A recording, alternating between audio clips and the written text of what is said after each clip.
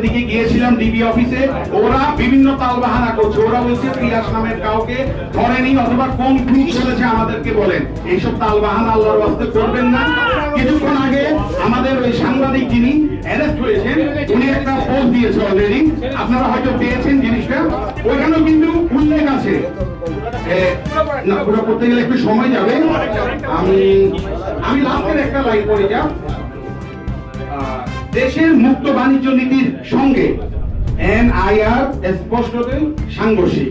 প্রতিযোগিতা নিশ্চিত করতে দেশের প্রতিযোগিতা কমিশনও রয়েছে, অথচ মাত্র 9 জন ব্যবসায়ীকে সুবিধা দিতে সারা দেশে 25,000 মোবাইল ফোন ব্যবসায়ীকে পথে বসানোর গভীর চক্রান্ত চলছে। বাস্তবায়ন হলে গ্রামের সাধারণ মানুষ, প্রবাসী সহ অনেকেই বিপদে পড়বেন। একটা ব্যবসায়িক সিন্ডিকেটের বিরুদ্ধে কথা বললে সরকার কেন ভয় পায়?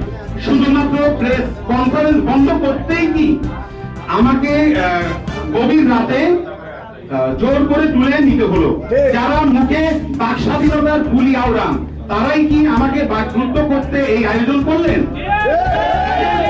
এই কি তবে বাক স্বাধীনতার বাস্তব চিত্র? আসলে এখানে ওনাকে শারীরিক নির্যাতন থেকে শুরু করে মানসিক নির্যাতন, পারিবারিক ভাবেও ওনার বউর সাথেও খারাপ বিহেভ অনেক কিছুই করেছে।